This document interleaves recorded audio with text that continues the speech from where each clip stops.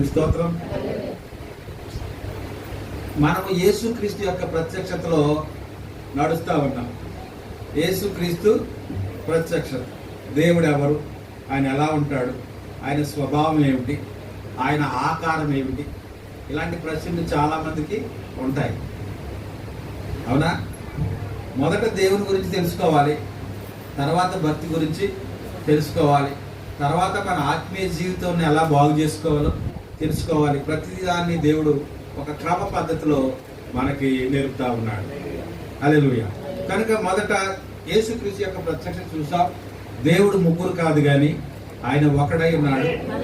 ఆయన పరమందు తండ్రిగా ఉన్నాడు. ఆయనే ఇమ్మానుయేలుగా, యేసు ప్రభువుగా ఆయన ఈ లోకానికి వచ్చాడు.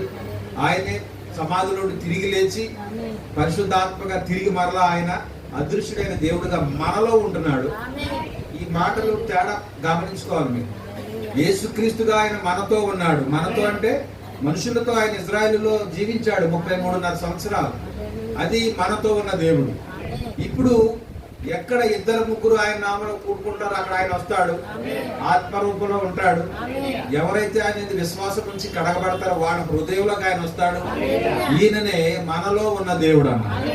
అది ఇంగ్లీష్ చదువుకున్న పిల్లలకైతే the God is above us, మనకి పైగా ఉన్న దేవుడు. God is with us, Emmanuel అంటాం. దేవుడు మనతో ఉన్న దేవుడు. గాడ్ విత్ ఇన్ అస్, మనలో ఉన్న దేవుడు. ఈ మూడు ఒకటే దేవుని యొక్క సారూప్యాలు అన్నమాట. పిల్లలు చూడండి, మన పిల్లోడే స్వాతంత్ర దినం వచ్చిన రోజున గాంధీ తాత వేషం వేస్తాడు స్కూల్లో. తల్లిదండ్రులు కూడా ఆహ్వానిస్తారు, మీ అబ్బాయి ఇక్కడ స్కిట్ వేస్తాడు చూద్దుగా రండి అనేసి. అప్పటికే వాళ్ళు లోపల దూరేసేస్తారు, కోటింగ్ వేసేస్తారు. మరి మీ అబ్బాయి రూపం అక్కడ ఉండదు. ఏ రూపం వస్తుంది స్టేజ్ మీదకి? గాంధీ తాత రూపం వస్తుంది. అంత రాని వాడు మీ బిడ్డ కాకపోతాడా? పట్టుకున్నారా? ఆ తర్వాత రంగులు గింగులు తీసేసి మళ్ళీ అమ్మ అంట నీ దగ్గరికి వస్తాడు. ప్రభువు కూడా సమయాన్ని బట్టి, అవసరాన్ని బట్టి ఆయన తన సారూప్యాన్ని మార్చుకుంటున్నాడు. హల్లెలూయా. ఆదియందు దేవుడు భూమి ఆకాశములను సృజించినప్పుడు ఆయన ఆత్మ జలములపై అల్లాడుచూ ఉండి ఆయన పలకబడిన మాటగా ఉన్నాడు. కలుగుగాక అంటే కలిగింది. ఆయన తన అనాది కాల సంకల్పంలో మానవును నిర్మించాలని ఆయన ఉద్దేశించి ఆదాము అనే వ్యక్తిని సృష్టించాడు.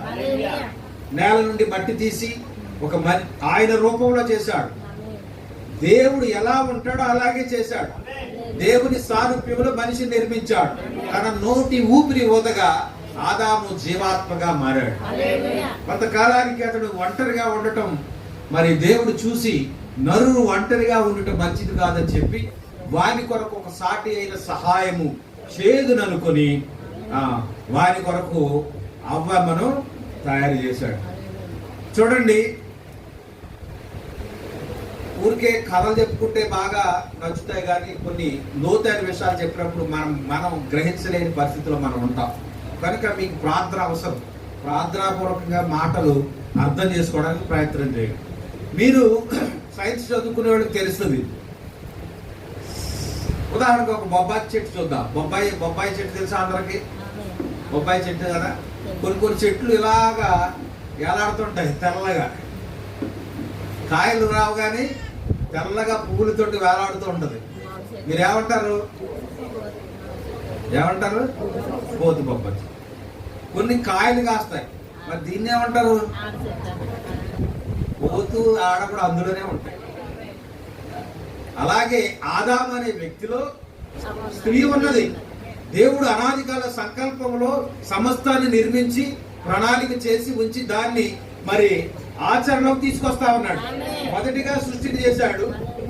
మొదటిగా సృష్టి చేసిన తర్వాత ఆ సృష్టిలో నివసించడానికి ఆదామును చేశాడు. ఇప్పుడు ఆదాముకు సాటి అయిన సహాయముగా అవ్వను నిర్మించాడు, తన భార్యను నిర్మించాడు. ఇప్పుడు స్త్రీ ఎక్కడి నుంచి వచ్చిందంటే ఆదాము ప్రక్కటెముకలో నుంచి తీసి ఆయనకు మాంసాన్ని పూడ్చి ఆదాము ఏ రూపంలో ఉన్నాడు ఆ రూపంలోనే తయారు చేసి పురుషుని గాను స్త్రీని గాను వేరు చేశాడు. ఆదాముకు మెరుపు వచ్చిన తర్వాత అంటున్నాడు, ఇది నరుని నుండి తీయబడింది కాబట్టి నారి అనబడింది. ఇది నా ఎముకలో ఎముక, మాంసములో మాంసం. ఎంత ప్రత్యక్షత వచ్చిందో చూసారా? ఈ పదాన్ని మీ మైండ్కి నాటుకుపోవాలని అనేక సార్లు చెప్తున్నారు, ప్రత్యక్షత ప్రత్యక్షత అని. లోకంలోని ఇతర సంఘాలకు ఈ మాట అవసరం లేదు, కానీ మనకైతే ప్రతి గంటకి కావాలి. గంటకు ఒకసారి వస్తుంది ఈ మాట. కనుక ఆదాముకు ఎలా తెలిసింది? ప్రత్యక్షత వలన, దేవుడు ఇచ్చిన బయలుపాటు వలన ఆ యొక్క ప్రక్కలో నుండి తన భార్య వచ్చిందని గ్రహింపొచ్చి అంటున్నాడు. అది ప్రవచనం. నా శరీరములో, నా ఎముకలో ఎముక, నా మాంసములో. ఇప్పుడు ఈ స్త్రీ ఆదాములో రాకముందు ఎక్కడుంది? ఎక్కడుందండి? ఆదాములో ఉంది. కనుక ఇప్పుడు ఆదాములో వచ్చిన స్త్రీకి ఎవరొచ్చో తెలుసా? మిసెస్ ఆదామ్. ఈయన మిస్టర్ ఆదాం అయితే ఈమె మిసెస్ ఆదాం. మీకు తెలుసా? మీకు పేర్లు ఉన్నాయి, మీ అమ్మోళ్ళు అందరూ మీకు పేర్లు పెట్టారు. కానీ మీకు వివాహం అయిన తర్వాత మీ పేరేంటో తెలుసా? ఏమంటారు? భర్త పేరు తగులుతుంది దాన్ని. అది ఇంగ్లీష్ వాడు బాగా పాటిస్తారు.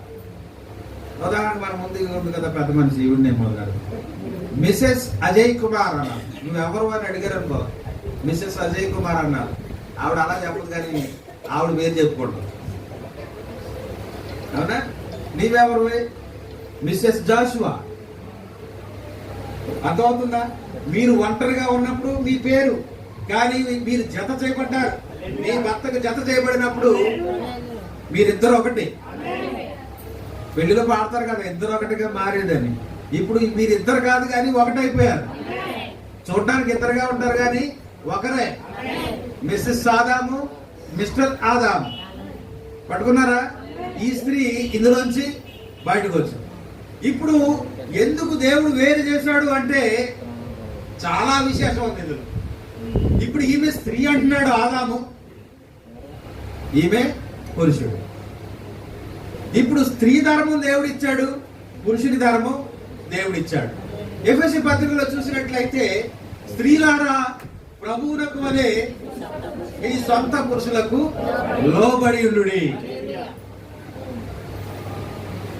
స్త్రీలకు దేవుడిచ్చిన ఆజ్ఞ ఏమిటంటే మీ సొంత పురుషులకు లోబడి ఉండుడి.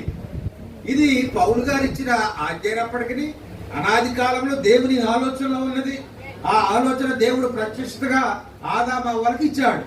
ఇప్పుడు అవ్వారే ఈ స్త్రీ ఎవరికి లోబడాలి? ఎవరు తన సొంత పురుషుడు?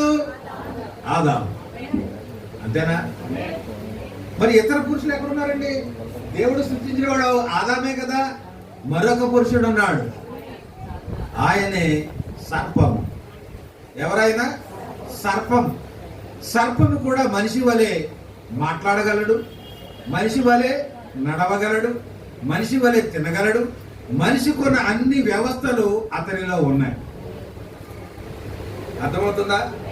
సర్పం అనే అది జంతువు, కానీ మనిషికి పోలిన అన్ని విభాగాలు లేదా వ్యవస్థలు ఈ సర్పంలో ఉన్నాయి. వ్యవస్థలు అంటే తెలుస్తుందా? చదువులో తెలుస్తుంది. జీర్ణ వ్యవస్థ, నాడీ వ్యవస్థ, రక్త ప్రసరణ వ్యవస్థ, ప్రత్యుత్పత్తి వ్యవస్థ, ఇంకేమున్నాయి? 5 వ్యవస్థలు ఉంటాయి.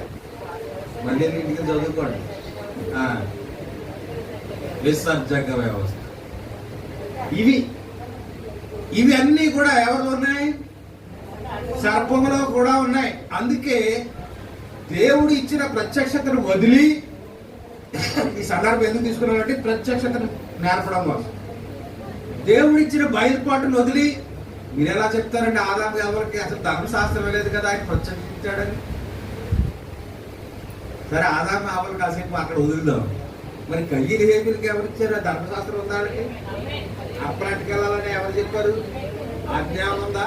ధర్మశాస్త్రం ఉందా? వాడు స్వతంత్రులు కదా. వాడు ఎలాగా అర్పణించారంటే దేవుడు ప్రత్యక్షపరిచాడు. కనుక తనకిచ్చిన ప్రత్యక్షతలో ఈ స్త్రీ ఏం చేయాలంటే తన భర్తకు మాత్రమే లోబడి ఉండాలి. అది మానేసి ఆమె బయటకు వెళ్ళడం వల్ల, తన పరిధి దాటి బయటకు వెళ్ళడం వలన ఏం జరిగిందంటే మరొక పురుషుడితో ఆమె సహవాసం చేసి, మరొక పురుషుడితో వ్యవహారం చేసి, మరొక పురుషుడితో మరి సాంగత్యం చేసి ఒక కొత్త అనుభూతిని పొందింది. స్పీడ్ గా మెల్లగా చెప్పేస్తాను, పాఠం చెప్పాడు. ఏం పొందింది? అంతవరకు తనకు తెలియని ఒక అనుభూతి. దాన్ని ఇంకా వివరిస్తాను, ఈవేళ స్లోగానే వెళ్దాం అనుకుంటాను. నేను యాపిల్ తీసుకుని తిన్నది. ఆహా, యాపిల్ ఇంత బాగుంటుందా అనుకుంటాం కదా, అనుకుంటాం లేదా? పుల్లగా ఉంటే ఏం చేస్తాం, వెంటనే పాడేసేసి అనవసరంగా పన్నాను రా బాబు అనుకోండి. మళ్ళీ ద్రాక్ష పండు దగ్గరికి వెళ్ళి తీసుకొని తిన్నది. ద్రాక్ష పండు తింటే యాపిల్ రుచి వేరు, ద్రాక్ష రుచి వేరు. హల్లెలూయా. మళ్ళా అలాగే వెళ్ళి మామిడి పండు కోసుకుని అది తిన్నదే. అలా వెళ్ళి ఆదాం గారు ఆరం చెట్టుకు వచ్చాడు, అది తిన్నది. ఒక ఫలం యొక్క రుచి మరొక దానికి లేదు. ఈ కొత్త కొత్త రుచులన్నీ కూడా వారు అనుభవిస్తున్నప్పుడు ఎంతగానో అనుభూతి చెందారు. మనకేం అనుభూతి ఉంటాయి? రోజు వంకాయ కూర తినేస్తున్నాం అనుకో, ఏముంటది అనుకో? ఏమన్నా ఉంటుందా? వండుకు తినేస్తున్నాం తప్ప. స్త్రీలారా, మీకు ఒక ఆత్మీయ తండ్రిగా ఒక సూచన ఇస్తున్నాను. అదేంటో తెలుసా? మీరు వంట చేసేటప్పుడు అది ఒక ప్రయోగశాల, అది వంటశాల కాదు. ఏంటది? ప్రయోగశాల. పట్టుకున్నారా పెళ్ళైన స్త్రీలు? ప్రయోగశాల ఏంటి తెలుసా? రీసెర్చ్ సెంటర్ అన్నమాట. మీరు ఆహారం వండేటప్పుడు చాలా శ్రద్ధగా వండాలి. చెవికాడు ఫోన్ ఎట్టుకుని గరిటె తిప్పేయడం కాదు. అర్థమవుతుందా? ప్రతి ఇంగ్రీడియంట్స్ ఎంత వేయాలి, ఎంతసేపు దాన్ని వేపాలి, ప్రతిదీ కూడా ఒక యోగం అన్నమాట. యోగి తెలుసా? యోగి మీద గ్రద్ద వచ్చి వాడి జుట్టు పీకేస్తున్నా వాడు కదలడం.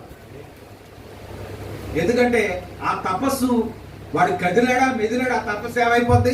ఆగిపోయి భగ్నం అయిపోయి మళ్ళీ మొదలకు వస్తుంది. కనుక మీ వంటను నేను దేనితో పోలుస్తున్నానంటే, దేనితో పోలుస్తున్నాను? ఒక యోగం. అంత శ్రద్ధగా చేయాలా. ఎందుకో తెలుసా? దేవుడు నీకు ఒక అధికారిని ఇచ్చాడు, ఒక యజమానుని ఇచ్చాడు.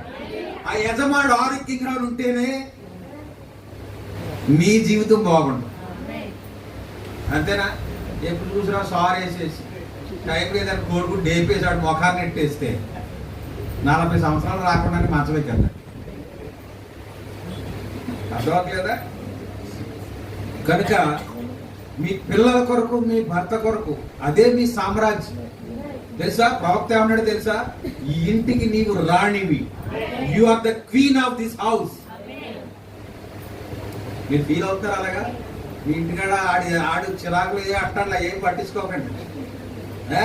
చిన్న అంటున్నావా? వాళ్ళు ఏదో అంటారు, పట్టించుకోవాలి. కానీ మీరు ఇంటికాడ ఎలా ఉన్న ఈ సమయంలో మీరు ఫీల్ అవ్వండి, నా ఇంటికి నేను మహారాణిని. మీ మొక్కల్లో ఆనందం చూడండి. మీరు రాణిలేనా? మీ ఇంటికి మీరు రాణిలే. కనుక మీ యొక్క కిచెన్ అనేది ఏంటది? ఒక ప్రయోగశాల. కనుక ఒక ప్రయోగం ఫలించినప్పుడు ఆ ఆర్కిమెడిస్ కానీ ఆ బల్బులు కనిపెట్టి రావడం, అది కూడా నేనే చెప్పాలి మీకు. థామస్ అల్వా ఎడిసన్ కానీ ఆ ప్రయోగం ఫలించినప్పుడు వాళ్ళ ముఖంలో ఆనందం ఏంటో తెలుసా? యురేకా అన్నాడంట. ఎవరు? ఐన్స్టీన్ ఏమన్నాడు తెలుసా? ఆ ప్రయోగం ఫలించిన తర్వాత యురేకా అన్నాడు. అంటే నేను కనుగొన్నాను.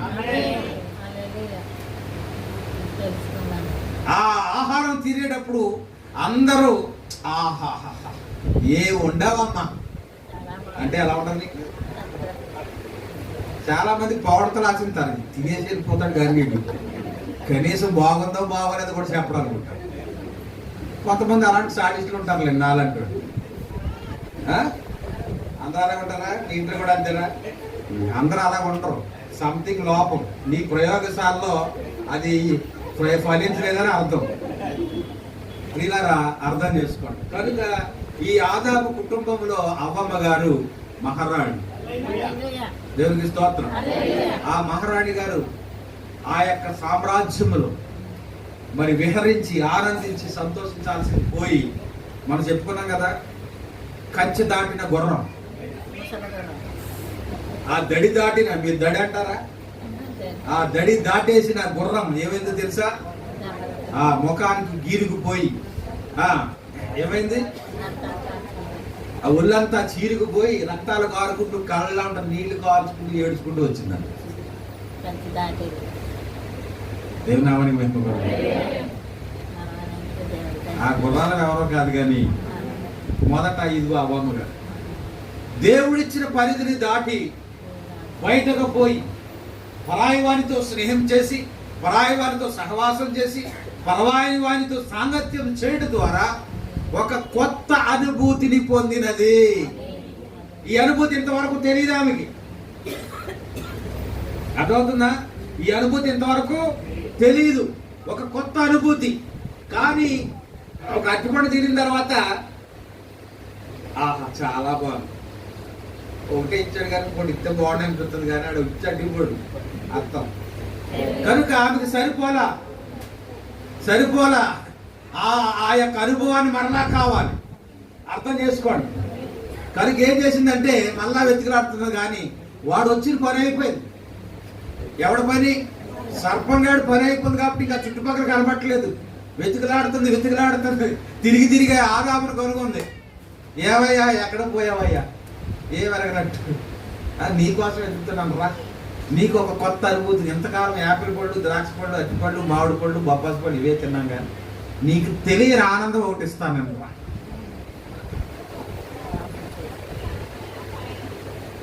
ఇప్పుడు 2 అరటిపళ్ళు దీంట్లోకి ఇవికి ఏమైపోయింది? కడుపు నిండిపోయింది. కడుపు పండిపోయింది, నిండిపోయింది కాదు, కడుపు పండిపోయి కడుపులో 2 పెరుగుతా ఉన్నారు. ఒకడు తన సొంత భర్త కుమారుడు, మరి ఒకడు పరాయి వ్యక్తి యొక్క కుమారుడు. ఎంతమంది నమ్ముతారు దీన్ని? దానికి రుజువులు కూడా ప్రవర్తించారు. అమెరికాలో ఒక స్త్రీ చెడు సాంగత్యానికి వెళ్ళి నీగ్రో వానితో సహవాసం చేసింది. నీగ్రోలు అంటే తెలుసా? అసలు నేరేడు పండు కంటే నల్లగా ఉంటుంది.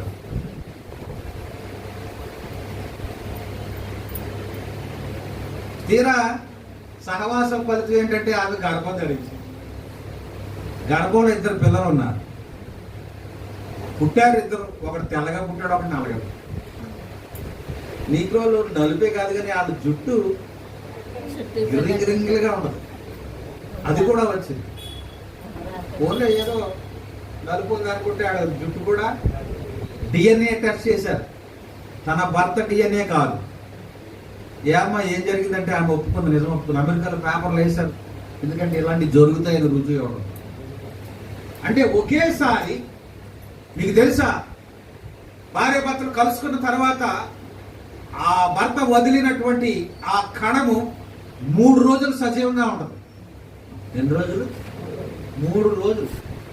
ఈ 3 రోజుల్లో ఏదో ఒక సమయంలో అది గర్భంలోకి వెళ్ళే అవకాశం ఉంటుంది. అర్థమవుతుందా? కనుక గర్భిణీ స్త్రీలు అనే వాళ్ళు చాలా ఆరోగ్యంగా ఉండాలి. ఏంటంటే ఇవన్నీ చెప్తున్నాడు ఇవాళ అనుకుంటారా? అవసరమై పెళ్లి చేసేసి పంపేయడమే కాదు, ఆ పెళ్లి చేయబోయే మన కుమార్తెలకు ఆరోగ్యమైన ఆహారం పెట్టాలి, పోషకాలు అందించాలి. దేవునామానికి మహిమ కలుగును గాక. ఎందుకు అందించాలి? వాళ్ళు భవిష్యత్తులో ఒకరిని వివాహం చేసుకొని సంసారం చేసి ఒక పక్కన సంసారాన్ని నేర్చాలి, ఒక భర్తను సుఖపెట్టాలి, మరి తగిన ఆరోగ్యవంతమైన బిడ్డలను పెంచాలి. లేకపోతే ఇప్పుడు ఏమవుతుందో తెలుసా? ఇప్పుడు మాయదారి పిజ్జాలకి, బర్గర్లకి, నూడిల్స్కి అలవాటు అయిపోయారు. అందుకని ఇప్పుడు గర్భంలో రావట్లేదు కానీ పేగుల్లో వస్తున్నాయి. అవునా కాదా? దీనికి కారణం ఏమిటి? అమ్మ నీకు గర్భంలో రాలేదు కానీ ఎక్కడొచ్చింది? చూపులో వచ్చింది. అది పెరిగి పెద్దదైందంటే ఏమవుతుంది? ఆ చూపు పగిలిపోద్ది. దేవుడు ఇచ్చిన క్రమం ప్రకారంగా గర్భంలో శిశువు ఎక్కడ పెరగాలి అంటే గర్భాశయంలో పెరగాలి. కానీ ఇప్పుడు ప్రకృతికి విరోధముగా అక్కడ ఎందుకు వస్తున్నాయి అంటే సరి అయిన ఆహారం తీసుకోకపోవటం వల్ల. అర్థం చేసుకుంటున్నారా? పోషక విలువలు ఉండాలి. దేవనామానికి మహిమ కలుగుతుంది. కనుక ఈ యొక్క అవ్వమ్మ గారు గర్భంలో కూడా ఎంతమంది ఉన్నారు? ఇద్దరు ఉన్నారు. ఒకడు కయ్యను, ఒకడు హేబేలు. హేబేలు దేవుని ప్రత్యక్షతతో బలి పట్టుకుని వెళ్ళాడు. కయ్యనికి కూడా ప్రత్యక్షత ఉన్నది, కానీ పరిపూర్ణమైన ప్రత్యక్షత లేదు. నేను ఎందుకు చెప్తున్నానంటే, సంఘాలు ఈ వేడ ఎలా ఉన్నాయంటే కయ్యను హేబేలులా ఉన్నాయి. మారు మనసు పొందాలి, రక్షణ పొందాలి, బాప్తిజం తీసుకోవాలి, దేవుని భయభక్తులు కలిగి జీవించాలి, గుడికి వెళ్ళాలి, దశభాగం ఇవ్వాలి, ఆరాధనలకు వెళ్ళాలి, కూటాలు పెట్టుకోవాలి, సభలకు వెళ్ళాలి. ఇవన్నీ ఇదంతా ప్రత్యక్షతే. ఇది కయ్యని ప్రత్యక్షత అంటాను నేను. అయితే హేబేలు అనేవాడు కొంచెం తెలివైన వాడు. ఎందుకంటే పరిపూర్ణమైన ప్రత్యక్షత. ఇంకా చెప్పారు కదా, గుడికి వెళ్ళాలి, బడికి వెళ్ళాలి అన్నట్టుగా బాప్తిజం తీసుకోవాలంటే ఎలా తీసుకోవాలి, ఎందుకు తీసుకోవాలి, ఎప్పుడు తీసుకోవాలి అంత క్షుణ్ణంగా పరిశీలన చేస్తాడు హేబేలు. కానీ కయ్యనికి అంతా టైం లేదు. కయ్యని ఎవరి మీద ఆధారపడతాడంటే వాడు పాస్టర్ గారి మీద ఆధారపడతాడు. ఆ పాస్టర్ ఎవరి మీద ఆధారపడతాడంటే వాడి సీనియర్ మీద ఆధారపడతాడు. వాళ్ళ పితరులు ఆది సంఘం ఏం చెప్పిందో అదే చేస్తారు, కానీ దాన్ని దాటి వాడు ఏమీ చేయడు. కానీ హేబేలు అయితే తనకు సొంత ప్రత్యక్షత ఉన్నాడు. ఏంటి ఎవరైనా చెప్పగలరా? ఇవ్వాల్సిన అర్పణలో రక్తం ఉండాలనే గ్రహింపు హేబేలుకు ఉంది, కానీ కయ్యనుకు లేదు. ఇద్దరు అర్పణ పట్టుకెళ్లారు, అందరూ మందిరానికి వెళ్తున్నారు, అందరూ ఆరాధిస్తున్నారు. కానీ నీవు ఆరాధించే ఆరాధనలో ఒక విశేషం ఉండాలి. ఆయనను ఆరాధించువారు ఆత్మతోనూ సత్యముతోనూ ఆరాధించవలెను. ఆత్మ అంటే దేవుడు, నీలో ఉన్న ఆత్మ కూడా దేవుడే. దేవుడు నీలోకి వచ్చినప్పుడు ఆరాధించేది నువ్వు కాదు, కానీ ఆయన. నువ్వు ఆరాధిస్తే చేతులు అవుతాయి. అంతేనా? కనీసం హల్లెలూయా చెప్పినప్పుడు చేతులు ఎత్తుతారేమో, కొంచెం ఇలా చూస్తుంటారు ఎవరైనా చేతులు, అప్పటికే లాగేస్తున్నాయి. కారణం ఏంటంటే మీరు తినే తిండి సరిగా లేదు. ఒక ప్లాన్ చేసుకోండి, మంచి ఆహారం తినండి. తినే ఆహారం అంతా కూడా కలుషితం అయిపోయింది. మందులు ఫుడ్డే మనం తినేది, కాయగూరలు మందులే, తినే పళ్ళు కూడా మందులే. కనుక మీకు ఏమైనా అవకాశం ఉంటే మీకు అందుబాటులో ఉండేవి మంచి మనోళ్ళు మంచి కాన్సెప్ట్లో ఉన్నారు. వీళ్ళంతా గ్రూప్ పెట్టుకున్నారేమో తెలియదు. కొన్నగడ్డ కూర, శంగర కూర, తూటుకూర, ములక్కూర మంచిది, ఆరోగ్యం అది. అర్థమవట్లేదా? బాయిలర్ చికెన్ మాంసం తెచ్చి తినే కంటే చీకూరు పంచవేసుకుని తినడం బెటర్ అంటారు. దానికి ఏముందో వెయ్యం కదా, అది చక్కగా పెరుగుతుంది. కనుక ఆరోగ్యవంతమైన ఆహారం తినండి. ముఖ్యంగా చిన్నపిల్లలకి, ఆడపిల్లలకి మీరు బాయిలర్ చికెన్ పెట్టకండి. దొరికేస్తాం. మరి ఏం చేస్తాం బాబాయ్ అంటే, ఏం చేస్తాం, చెయ్యాలి, తప్పదు. వాళ్ళని ఆరోగ్యం పెంచాలంటే నువ్వు పాటించాల్సింది. నీకు తెలిసినంతలో నీవు వాళ్ళని ఆరోగ్యవంతంగా అందించాలా. హల్లెలూయా. లేదంటే భవిష్యత్తులో బాధపడేది నువ్వే. ఒక పాస్టర్ గారు ఇలాగ అన్నారు. ఏమన్నారంటే, పెళ్లి చేసిన తర్వాత బాధ్యత ఎవరిది? ఒక అమ్మాయిని ఒక అయ్యగారికి ఇచ్చాం, మన పిసుకలనే ఇచ్చాం, మధుకి ఇచ్చాం. ఇప్పుడు ఆమె బాధ్యత ఎవరిది? కానీ గర్భం రాగానే అమ్మగారింటికి తోలేతాడు. పురుడు ఎవరయ్యాలి?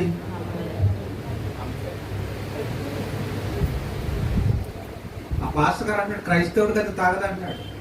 వాళ్ళ నీ చేతిలో పెట్టిన తర్వాత దాన్ని చచ్చిపోయే తర్వాత దాని బాధ్యత నీదే. అర్థం చేసుకోండి. వ్యాధి అందును, ఆరోగ్యం అందును. అప్పప్ప ఏమి ప్రమాణాలు చేశారండి అయ్యగారు. మీకు ఎవడ ప్రమాణం చేశాడు ఆడికి నేను క్లిప్ పంపిస్తాను.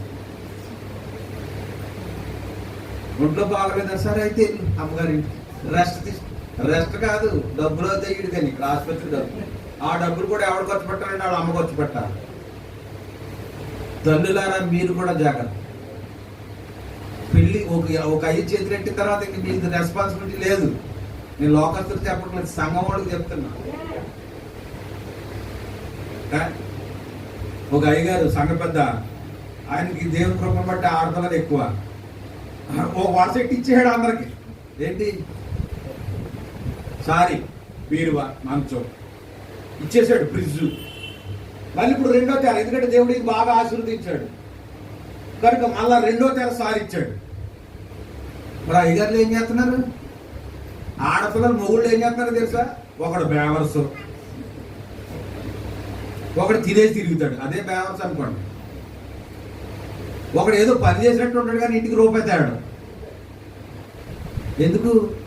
ఏదైనా కొంచెం కుటుంబంలో తేడా వస్తే గుండుగులు గొంతులేస్తుంటే అత్తగారు వచ్చేది కదా డబ్బులు పెట్టుకుని, ఇంక ఈడు కష్టపడాల్సిన పని ఏముంది? క్రైస్తవుడు కదా నీకు తగదు. నీ భార్యను పోషించే ఆ రెస్పాన్సిబిలిటీ దేవుడు నీకు ఇచ్చాడు. దీన్ని అంగీకరించిన అబ్బాయిలు అందరూ ఆమె చెప్పండి గదిలో.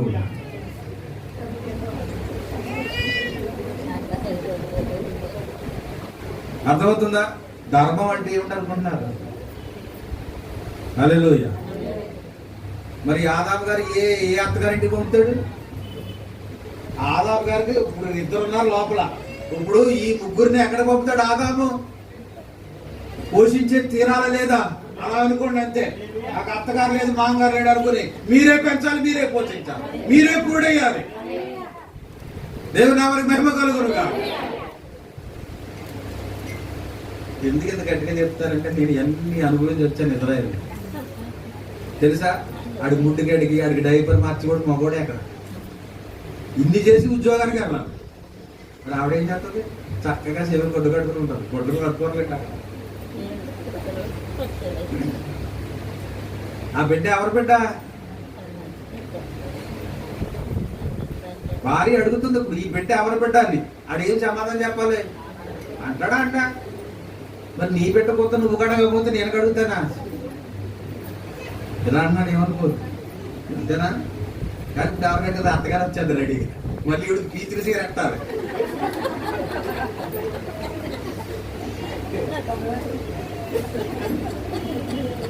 బాగుందయ్యాలా? కనుక స్త్రీలారా ప్రభువునకు వలె మీ సొంత పురుషులకు లోబడి. మరి పురుషులు ఏం చేయాలా? పురుషులారా మీ భార్యలను. ఈ బంధము ఇలా కొనసాగితే పరలోకం పైన కాదు, మీ ఇంట్లో ఉంటుంది. ఎక్కడ ఉంటుంది పరలోకం? అన్నాడా లేదా? పరలోకము మీ మధ్యనే ఉంటుంది అన్నాడా లేదా? సహోదరుల ఐక్యత అంటే అదే ప్రేమ. ఐక్యత, సమాధానాలు, సర్దుకోటాలు అన్నీ ఉంటాయి. దేవునికి స్తోత్రం.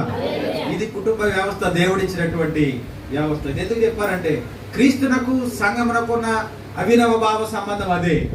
క్రీస్తు సంఘమును ప్రేమించి సంఘము కొరకు దిగి వచ్చి సంఘము కొరకు ప్రాణం ఇచ్చాడు అవసరమైతే. అది క్రీస్తు తన సంఘమును, అనగా వరుడు తన వధువును, భర్త తన భార్య కొరకు ప్రాణం ఇచ్చాడు. వేళ ఎవరైనా ఉన్నారా? వేళ ఎవరైనా ఉన్నారు అలాగా భర్త కొరకు, భార్య కొరకు ప్రాణం ఇచ్చే అయ్యగారు? పర్వాలేదు, ఇది వెళ్ళిపోతే ఇంకోటి వచ్చేది. ఇది క్రమం కాదు ప్రియుల. మరి సంఘం ఏం చేయాలి? క్రీస్తు ప్రాణం ఇచ్చేసాడు రైటే, మరి సంఘం ఏం చేయాలా? సంఘము దేవునికి విధేయురాలై ఉండాలి. సంఘము దేవునికి ఏం చేయాలా? విధేయురాలై ఉండాలి. అంతే. నీవు క్రీస్తుకి భార్య అనుకుంటే, అదేంటండి మా ఆయన ఉండగా క్రీస్తు భార్య అంటారు. నీవు అంతకుముందు ఎక్కడున్నావు తెలుసా? నీ భర్తలో ఉన్నావు. మీరిద్దరూ ఒకటే కనుక మీరిద్దరూ కలిసి ఒకటే. మీరు దేవుని యేసుక్రీస్తు యొక్క భార్యవి, ప్రభువు మీ భర్త. హల్లెలూయా. అదే అన్నాడు ఇందాక చదువుకున్న వాక్యం ఏముందంటే, ఆయన సింహాసనం మీద ఎవరు కూర్చున్నారు? తండ్రి సింహాసనం మీద ఎవరు కూర్చున్నారు? యేసు ప్రభు వారు కూర్చున్నారు. యేసు ప్రభు వారిలో ఎవరున్నారు? మనం ఉన్నాం. అర్థమవట్లేదా?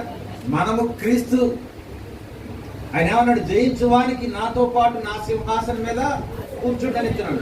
నీవు జయించినప్పుడు నువ్వు ఎవరి దగ్గర కూర్చుంటావు?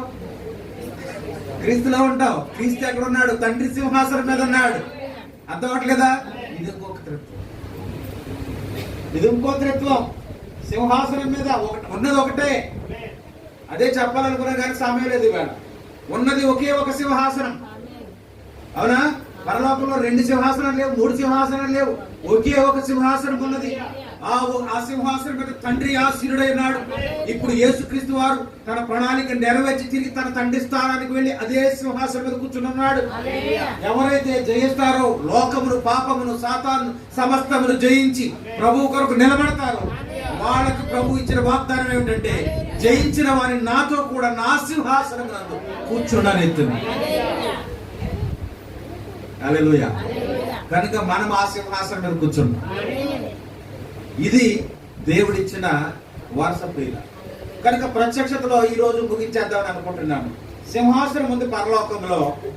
ఎన్ని సింహాసనాలు ఉన్నాయి? ఒకటే సింహాసనం ఉంది. ఆ మాటలు చదువుతాను చూడండి. ఇదిగో, ప్రత్యక్షత అనేది దేవుని నుండి రావాలంట. 2వ కొరింథీ చదువు 5వ అధ్యాయం 21వ వచనం.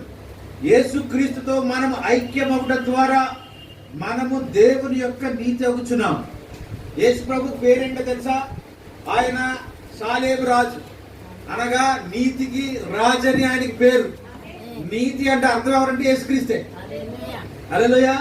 కనుక ఈ 2వ కొరింథీ 5వ అధ్యాయం 21లో ఏం చెప్తుందంటే, యేసుక్రీస్తులో మనం ఐక్యమవడం ద్వారా, అంటే మన ప్రభువుని ఆహ్వానించడం ద్వారా.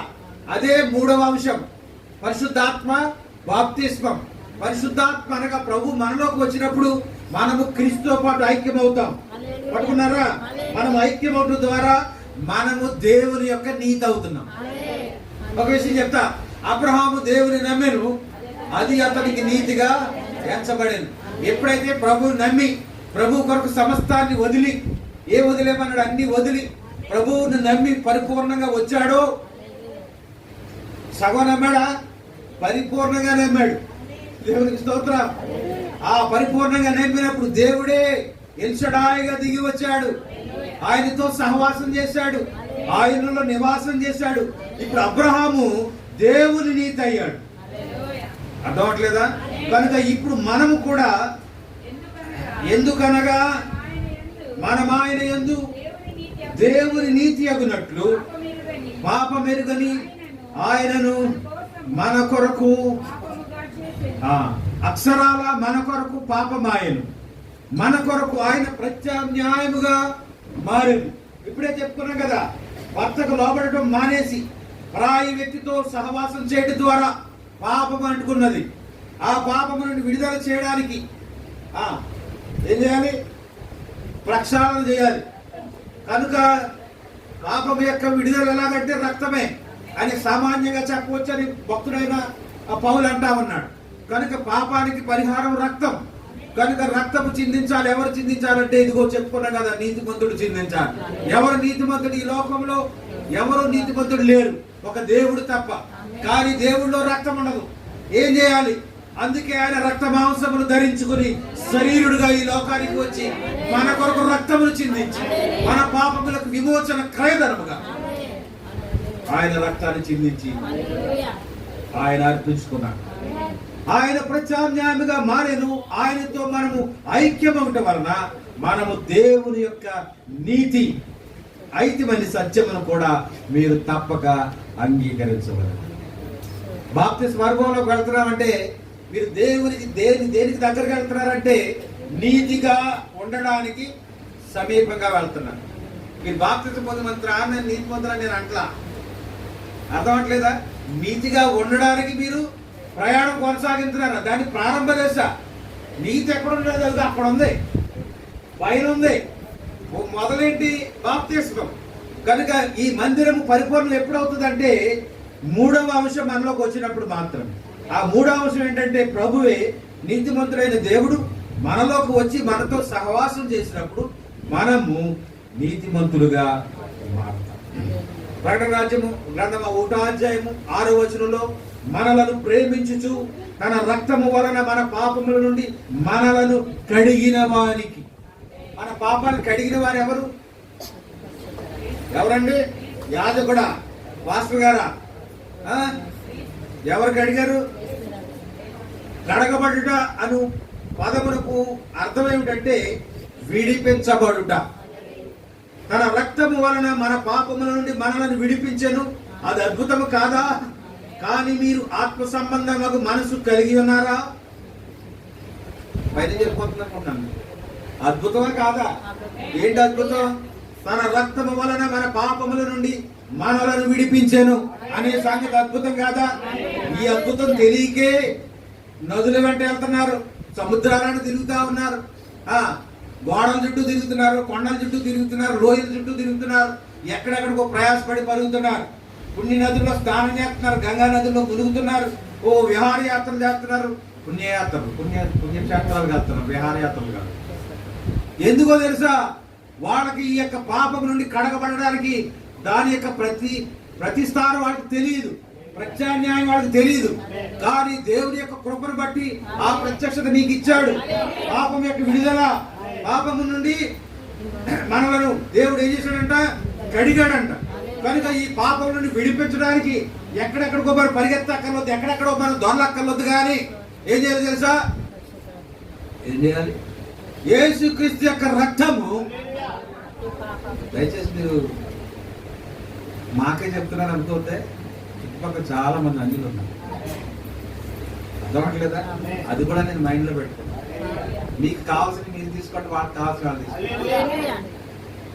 సంఘం అయిపోయాక సంఘం ఇలాగ సీరియస్ గా జరుగుతుండగా మీరు ఒకసారి వాచ్ చేయండి ఎంతమంది అంటున్నారు మీ గ్యాప్లో. వీళ్ళెవరో తెలుసా? జక్కేలు చెట్టు చోట్లుండి అంటుంటారు, కిటికీలో చెట్టు అంటారు, దేవుడు వాళ్ళకి తాకులు కాదు.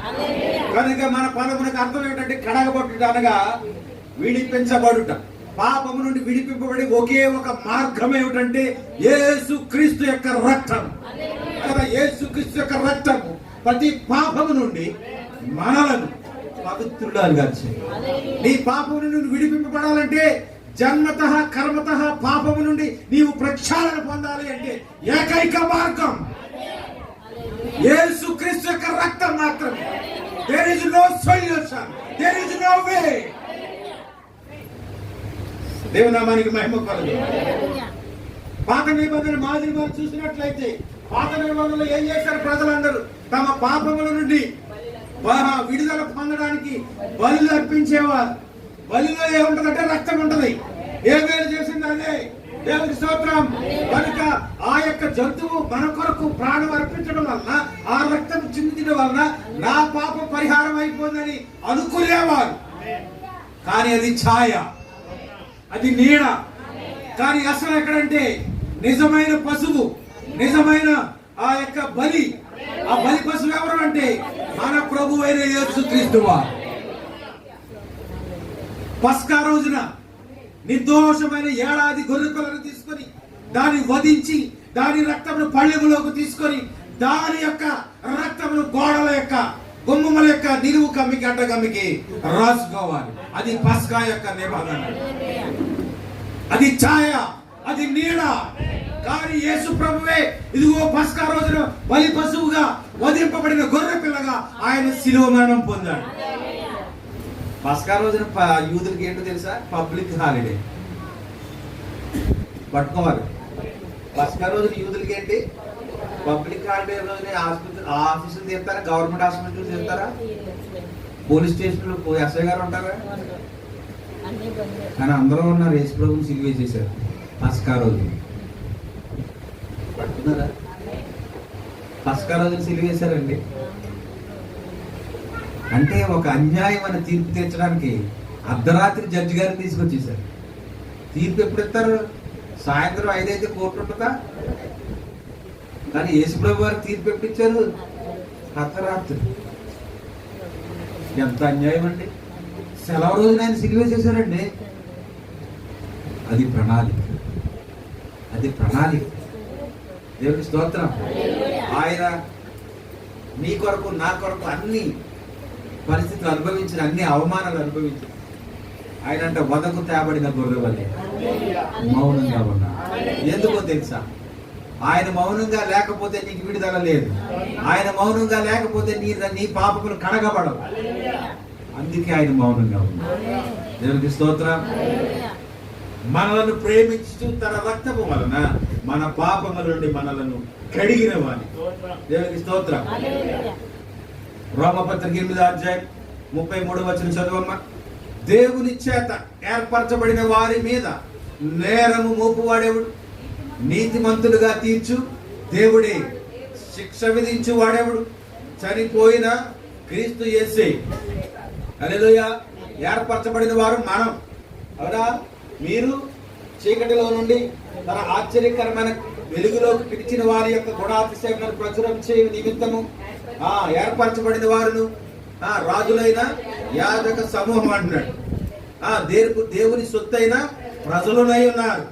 కనుక ఇప్పుడు మన మీద నేరం వేయాలన్నా, మనకు శిక్ష వేయాలన్నా ఎవరికి అధికారం ఉంది? దేవునికి మాత్రమే అధికారం. దేవుడు ఎవరు? యేసుక్రీస్తు. ఆయన మరణము ద్వారా మనకు రక్తము వచ్చాను. ఆ రక్తము మనలను విమోచించాను. ఇప్పుడు ఏ శిక్షా విధి లేదు. ఎంతమంది నమ్ముతున్నారు? నా మీద నేరారోపణ ఉందండి, నేను ఇంకా శిక్షగా పాత్రుడని అనుకుంటున్నారా? లేదు లేదు ప్రియులారా, మీరు ఆయన రక్తంలో కడగబడ్డారు. మీరు విమోచించబడిన జనాలు. మీ ఇంకా బాధిత సంఖ్యలు లేవు. పాపం మీ మీద ఏలుబాటు చేయదు. నమ్ముతున్నారా? ఎందుకనగా రక్తము మనలను పాపము నుండి విడిపించారు. మనము స్వతంత్రులము, పాపము లేని వారం. మానవుని మాట వినవద్దు, వాక్యమునకు చెవియొగ్గుడి.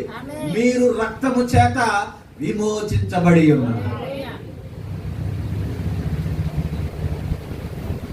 పెద్ద మోతుబరి మన దగ్గరికి వచ్చినప్పుడు ఏం చేస్తాం? సాధారణంగా ఒక పెద్ద మన దగ్గరికి వస్తే ఏం చేస్తాం? నమస్కారం పెట్టి ఒక వినయం లేకపోతే గౌరవించి పెడతాం కదా. కానీ అంత పెద్ద మనిషి కూడా ఆయన మీద పాపం ఏలుబడి చేస్తాడు.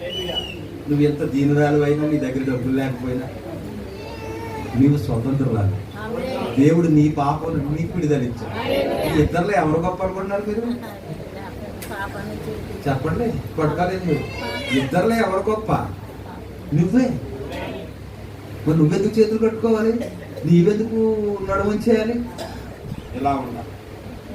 నీతి ముద్ర అంటే ఎలా ఉంటుంది తెలుసా? సమస్య ఉంటాం. యేసుక్రీస్తు రక్తం నిన్ను కడిగిందని నిశ్చయత నీకుంటే నువ్వు ఎలా ఉండాలో తెలుసా? ఇలా ఉండాలి. కళ్ళెత్తుకొని ఉండాలి. ఎందుకంటే ఆయన రక్తము నీ మీద ఏలుబడి చేసిన జన్మత కర్మత. నేనెప్పుడు పాపం చేయకుండా అనొచ్చు. నీ తాత చేసి ఉండొచ్చు, నీ తాత కూడా జాగ్రత్తగా ఉంటే నీ ముత్తాత చేసి ఉండొచ్చు. అదే కర్మఫలం అంటారు. కనుక ఆ కర్మఫలమును నీ జన్మఫలం ఇందాక చెప్పారు కదా, ప్రతి మానవుడు తల్లి గర్భములో వచ్చిన ప్రతి మానవుడు పాపే. అంతేనా? నా తల్లి పాపములో నన్ను కన్నది, నేను పాపములో పెరిగానన్నాడు దావీదు. కనుక ఏ భేదము లేదు, అందరూ పాపం చేసి దేవుడు అనుగ్రహించు మహిమను పొందలేకపోతున్నారు. ఇప్పుడు చెప్పు, నువ్వు పాపమే కదా? అయితే నీవు ఆయన నామములో కడగబడినప్పుడు ఆయన నీకు స్వతంత్రాన్ని ఇచ్చాడు, నీకు విడుదల ఇచ్చాడు. కనుక ఇప్పుడు ఎవరు గొప్ప? నీవా మోతుబరా? ఎప్పుడైనా సరే, ఎవరైనా సరే నీ ముందరకు వచ్చినప్పుడు ఇలాంటి బేరీ చేసుకోండి. నేను గొప్ప, ఆయన గొప్ప అంటే అర్థం ఏంటంటే, నేను కడగబడ్డాను, తెల్ల చొక్కా వేసుకున్నాను మాత్రాన్న.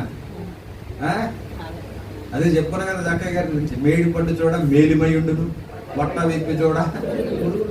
ధనవంతుడే, అధికారే, కానీ అతని స్వభావం అంతా కూడా ధనాపేక్ష, కొరచ బుద్ధి. అవునా? సమాజం, సొసైటీ, రాజకీయం, పలుకుబడి ఇవన్నీ కూడా ప్రభు దగ్గరకు రాకుండా ఆపివేసి. కానీ మనమైతే స్వతంత్రులు. మనము ఎవరికి బానిసలు ఉంటాం. ఎవరికి మనం లోబడి ఉండవలసిన అవసరం లేదు. మనం ఒక్క లోబడి ఉండవలసింది ఎవరికంటే మన భర్తకు. ఎవరు మన భర్త? మన ప్రభు అయిన యేసుక్రీస్తు.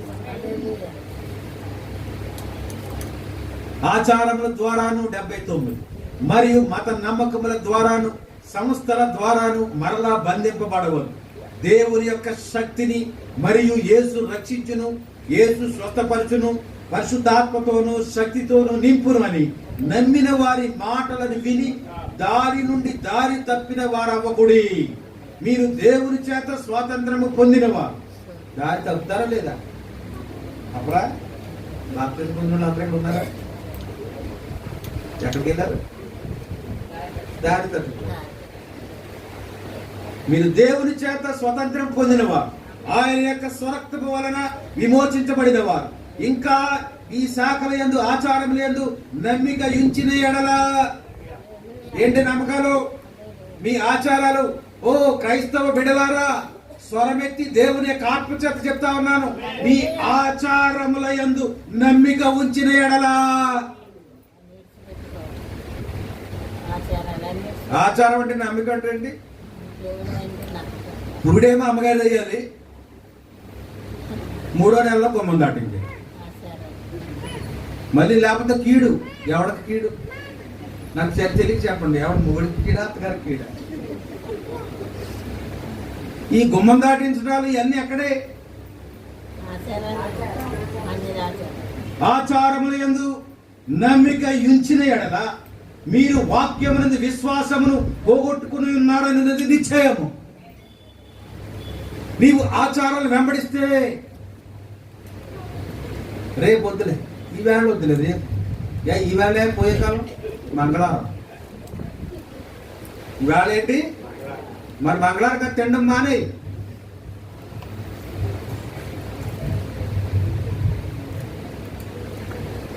ఎంత తెలివట్టే మనుషులకి డబ్బులు ఇచ్చుకోవచ్చు అంట కానీ ఇవ్వకూడదంట.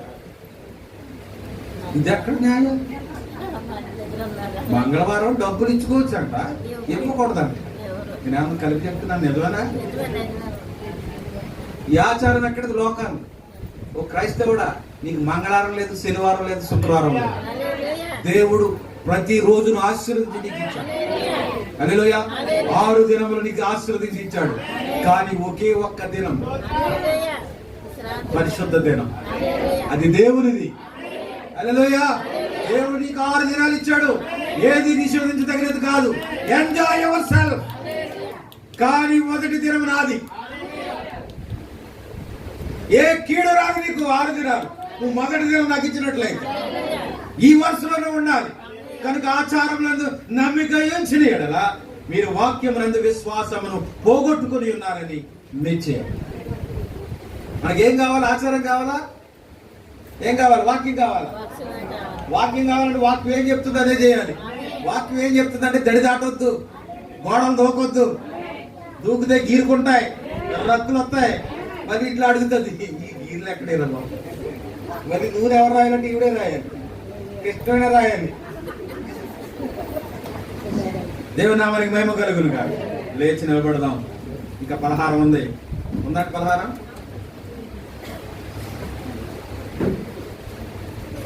దయచేసి లేచి నిలబడండి.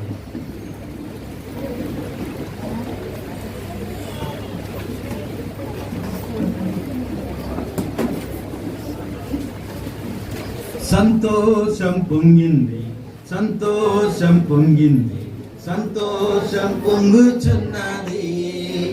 యేసు నన్ను రక్షించిన నాటి నుండి నేటి వరకు సంతోషం పొంగుచున్నది. సంతోషం పొంగింది, సంతోషం పొంగింది, సంతోషం పొంగుచున్నది. యేసు నన్ను రక్షించిన నాటి నుండి నేటి వరకు సంతోషం పొంగుచున్నది. అందరూ పాడాలి. సంతోషం పొంగింది, సంతోషం పొంగింది, సంతోషం పొంగుచున్నది. యేసు నన్ను రక్షించిన నాటి నుండి నేటి వరకు సంతోషం పొంగుచున్నది. సంతోషం పొంగింది, సంతోషం పొంగింది, సంతోషం నాది. యేసు నన్ను రక్షించిన నాటి నుండి నేటి వరకు సంతోషం పొంగుచున్నది. నీదు పాప జీవితమును ప్రభు సన్నిధిలో ఒప్పుకొను. నీదు పాప జీవితమును ప్రభు సన్నిధిలో ఒప్పుకొను. ఆయనే నిన్ను రక్షించి తనదు రక్తముతో కడిగి, ఆయనే నిన్ను రక్షించి తనదు రక్తముతో కడిగి నీదు పాప జీవితమును మార్చివేయును సంతోషం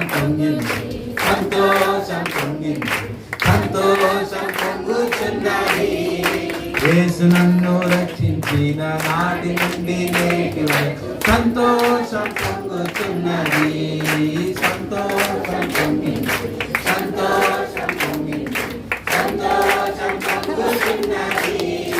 యేసు నన్ను రక్షించిన నాటి నుండి నేటి వరకు సంతోషం పొంగుచున్నది.